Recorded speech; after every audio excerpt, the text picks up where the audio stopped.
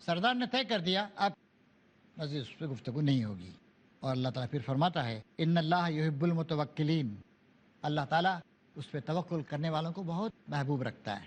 پھر فرماتا ہے اللہ تعالیٰ ان ینصرکم اللہ فلا غالب لکم وان یخذلکم فمن ذا الذی ینصرکم من بعدہ وعلی اللہ فلیتوکل المؤمنون. اللہ تمہاری مدد پر ہو تو کوئی طاقت تم پر غالب آنے والی نہیں، اور وہ تمہیں چھوڑ دے تو اس کے بعد کون ہے جو تمہاری مدد کر سکتا ہو؟ بس جو سچے مومن ہیں ان کو اللہ ہی پہ بھروسہ کرنا چاہیے. بڑی پیاری پیاری باتیں ارشاد فرمائی گئی ہیں. وعلی اللہ فلیتوکل المتوکلون، بھروسہ کرنے والوں کو تو بس اللہ ہی پہ بھروسہ کرنا چاہیے. وہ علی اللہ فلیتوکل المومنون، اور مومنوں کو تو بس اللہ تعالیٰ ہی پہ بھروسہ کرنا چاہیے. وہی ہمارا ملجا و ماوا ہے، ہماری پناہ. کتنی پیاری دعائیں سکھائیں اسی انداز کی اللہ کے رسول نے. اللہم اسلمت نفسی الیک ووجہت وجہی الیک وفوضت امری الیک ولجأت ظہری الیک رغبتا ورہبتا الیک لا ملجا ولا منجا منک الا الیک آمنت بکتابک الذی انزلتا وبنبیک الذی ارسلتا. کتنی پیاری دعا ہے، ذرا ڈوب کے سوچئے کتنے پیارے الفاظ ہیں. اے اللہ میں نے اپنے آپ کو تیرے سپرد کر دیا. اے اللہ میں نے اپنی زندگی کا رخ تیری طرف موڑ دیا. اے اللہ میں نے اپنے تمام کام تیرے سپرد کر دیے. اے اللہ میں نے تجھ کو ہی اپنا پشت پناہ بنا لیا، اس حالت میں کہ میں ڈرتا بھی تجھی سے ہوں اور امیدیں بھی تجھی سے وابستہ کرتا ہوں. اے اللہ تجھ سے بچنے کے لیے تیرے علاوہ اور کوئی سہارا نہیں ہے، کوئی پناہ کی جگہ نہیں ہے.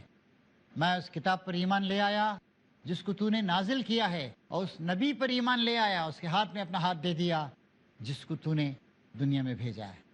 توکل علی اللہ اور ایمان بالقرآن اور ایمان بالرسول اور اللہ کے وعدوں پر ایمان، حالات بدلیں گے.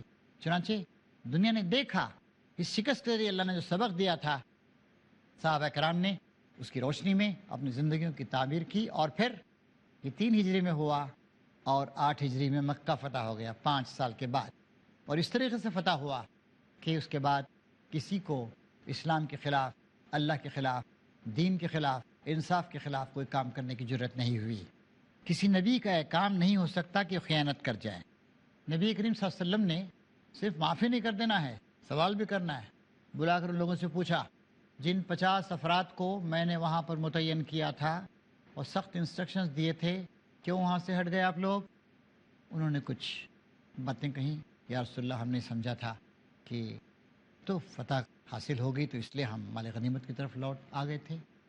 حضور نے ارشاد فرمایا اصل بات یہ ہے کہ تم کو ہم پر اطمینان نہ تھا، تم نے گمان کیا تھا کہ ہم تمہارے ساتھ خیانت کریں گے، تم کو تمہارا حصہ نہیں دیں گے. یہ تھی اصل بات. ڈانٹا حضور نے ان کو.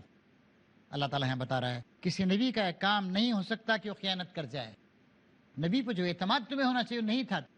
نبی اللہ تعالیٰ کی طرف سے جو چیز لیتا ہے اس کو پیش کرتا ہے. نبی اپنی طرف سے کوئی بات نہیں کرتا. نبی اپنی عبادت نہیں کراتا، اللہ تعالیٰ کی عبادت کراتا ہے. نبی اپنے خاندان کے لیے پیسے اکٹھا نہیں کرتا، غریبوں کے لیے، مسکینوں کے لیے، یتیموں کے لیے پیسے اکٹھا کرتا ہے. نبی اتنا مخلص نبی وہ تھا کہ اس نے اپنا گھر تک نہیں بنایا. وہ نبی ایسا تھا، اس نے کہا جس کا کوئی سرپرست نہیں میں اس کا سرپرست ہوں. جس نے کہا تم میں سے اگر کوئی شخص مال چھوڑ کے جاتا ہے تو اس کے اہل و عیال اس کے وارثین کا ہے، اور کوئی خرچ چھوڑ کے جاتا ہے یا اہل و عیال چھوڑ کے جاتا ہے تو اس کی ذمہ داری میں لیتا ہوں. کچھ بھی نہیں اکٹھا کیا، سب کچھ اللہ تعالیٰ کے راستے میں اللہ کے بندوں کی بھلائی کے لیے لگا دیا. اللہ تعالیٰ فرما رہا ہے کسی نبی کا ایک کام نہیں ہو سکتا کہ وہ خیانت کرے. کسی نبی نے خیانت نہیں کی، اور محمد صلی اللہ علیہ وسلم بھی خیانت نہیں کرتے. تمہارا جو حصہ تم کو ملتا، اور جو کوئی خیانت کرے تو اپنی خیانت سمیت قیامت کے روز حاضر ہو جائے گا. پھر ہر متنفس کو اس کی کمائی کا پورا پورا بدلہ مل جائے گا اور کسی پر ظلم نہ ہوگا.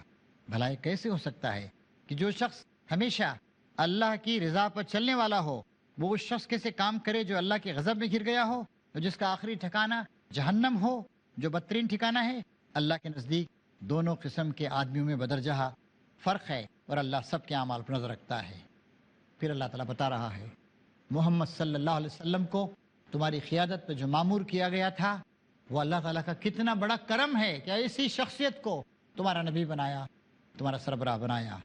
در حقیقت اہل ایمان پر تو اللہ نے یہ بہت بڑا احسان کیا ہے لقد من اللہ علی المؤمنین اذ بعث فیہم رسولا من انفسہم یتلو علیہم آیاتہ ویزکیہم ویعلمہم الکتاب والحکمہ وان کانوا من قبل لفی ضلال مبین۔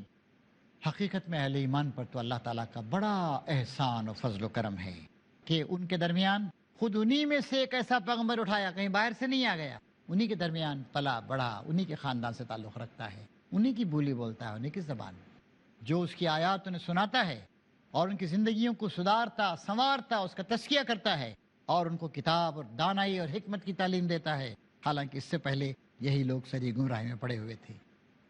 پھر اللہ تعالیٰ کہتا ہے یہ تمہارا کیا حال ہے کہ جب تم پر مصیبت آ پڑی تم کہنے لگے یہ کہاں سے آئی، حالانکہ جنگ بدر میں اس سے دگنی مصیبت تمہارے ہاتھوں تمہارے فریق مخالف پر پڑ چکی ہے۔ اے نبی ان سے کہو یہ مصیبت تمہاری اپنی لائی ہوئی ہے، اللہ ہر چیز پر قادر ہے۔ جو نقصان لڑائی کے دن تمہیں پہنچا وہ اللہ کے اذن سے تھا اور اس لیے تھا کہ اللہ دیکھ لے کہ تم میں سے مومن کون ہے، منافق کون۔ آزما لیا گیا سب لوگوں کو، کن کو اپنے ایمان کی خیر منانی چاہیے، کن کو اپنے آپ کو درست کرنا چاہیے، کہاں کہاں گیپس ہیں، فکری گیپ کہاں ہے، ایمان کا گیپ کہاں ہے، عملی گیپ کہاں ہے، نیت میں کھوٹ یا کمزوری کہاں ہے، تاکہ وہ ان گیپس کو بھر لے اور ٹھیک ٹھاک ہو جائے۔ یہ اس لیے تھا کہ اللہ دیکھ لے کہ تم میں سے مومن کون ہے اور منافق کون۔ وہ منافق کہ جب ان سے کہا گیا کہ آؤ اللہ کی راہ میں جنگ کرو یا کم از کم اپنے شہر کی مدافعت کرو، تو کہنے لگے کہ ہمیں علم ہوتا کہ آج جنگ ہوگی تو ہم ضرور تمہارے ساتھ چلتے۔ یہ بات جب وہ کہہ رہے تھے اس وقت وہ ایمان کے بنسبت کفر سے زیادہ قریب تھے۔ وہ اپنی زبانوں سے وہ باتیں کہتے ہیں جو ان کے دلوں میں نہیں ہوتی، اور جو کچھ وہ دلوں میں چھپاتے ہیں اللہ اسے خوب جانتا ہے۔ یہ وہی لوگ ہیں جو خود تو بیٹھے رہے اور ان کے جو بھائی بہن لڑنے گئے اور مارے گئے ان کے متعلق انہوں نے کہہ دیا کہ اگر وہ ہماری بات مان لیتے تو نہ مارے جاتے۔ ان سے کہو اگر اپنے اس قول میں سچے ہو تو خود تمہاری جب موت آئے تو اسے ٹال کے دکھاؤ۔ تو اس طریقے سے محترم حاضرین ہم اپنے اس گفتگو کے اختتام پہ پہنچ رہے ہیں۔